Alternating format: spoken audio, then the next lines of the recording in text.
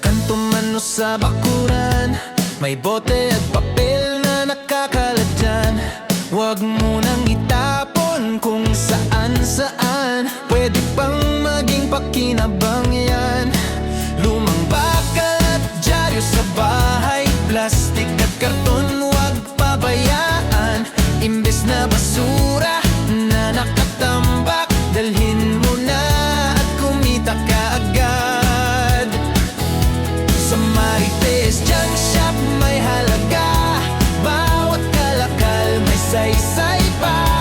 Hindi lang linis ang naibibigay, may dagdag kita ka pa sa bahay. Huwag magkalat upang walang basura, simulan natin sa sarili muna. Sa simpleng hakbang ng pag-recycle, malaking tulong sa ating bayan. Sa Marites Junk Shop tayo na, ibenta ang kalakal na dala. Recycle ngayon para sa bukas, malinis na mundo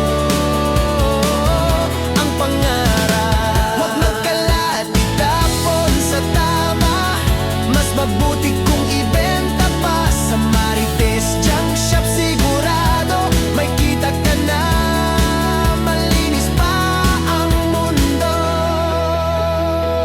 Sa umaga pa lang